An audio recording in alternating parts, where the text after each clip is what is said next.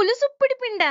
పేరు పలకడానికి కష్టంగా ఉన్నా పని ఎక్కువ ఉన్నప్పుడు 10 నిమిషాల్లో తయారు చేసి ప్లేట్లో పెట్టేయచ్చండి. దీన్ని రవ్వ పులిహార అని కూడా అంటారండి. రెడీ చేసేద్దాం రండి. ఒక గిన్నెలో 4 కప్పులు నీళ్లు పోసుకుని కొంచెం ఉప్పు, చెంచాడు నూనె కూడా వేసుకుని కలిపేసుకున్నాక ఇదిగో దీన్ని బియ్యపు రవ్వ అంటారండి. 2 కప్పులు తీసుకెళ్లి మరుగుతున్న నీళ్ళలో వేసేసి శుభ్రంగా కలిపేసుకుని మూత పెట్టి మీడియం ఫ్లేమ్ లో 4-5 నిమిషాల పాటు ఇలా మెత్తగా ఉడికించేసుకున్నాక పూర్తిగా చల్లార పెట్టేసుకుని ఒక గిన్నెలో వేసుకుని పొడి పొడిగా చేసుకుని పక్కన పెట్టేసుకోండి. ఇంకో గిన్నెలో నూనె వేసి 1/4 కప్పు పల్లీలు వేసుకుని దోరగా రంగు మారే వరకు వేపేసుకున్నాక తీసి పక్కన పెట్టేసుకోండి. అదే నూనెలో ఆవాలు, పచ్చిశనగపప్పు, మినప్పప్పు, జీలకర్ర, కొంచెం ఎండుమిర్చి కూడా వేసుకుని 2 నిమిషాల పాటు వేపేసుకున్నాక అందులోనే కొంచెం కరివేపాకు, పచ్చిమిర్చి, అల్లం ముక్కలు, కొంచెం ఇంగువ కూడా వేసుకుని నిమిషం పాటు వేపేసుకున్నాక ఆకని పసుపు వేసి కలిపేసుకుని ఈ తాలింపుని తీసుకెళ్లి ఉడికిపోయిన రవ్వలు వేసేసి మళ్ళీ కొంచెం ఉప్పేసి కలిపేసుకున్నాక 2-3 నిమ్మకాయలు పిండేసుకుని పెట్టుకున్న పల్లీలు కూడా వేసేసుకుని శుభ్రంగా కలిపేసుకున్నాక ఆకని కొంచెం కొత్తిమీర చల్లుకుని పూంతో తీసుకుని తింటే ఉంటుందండి. పూర్తి ఉపవాసంతో పూజ చేసి పుణ్యం మూట కట్టుకున్నట్టు ఉంటుందండి.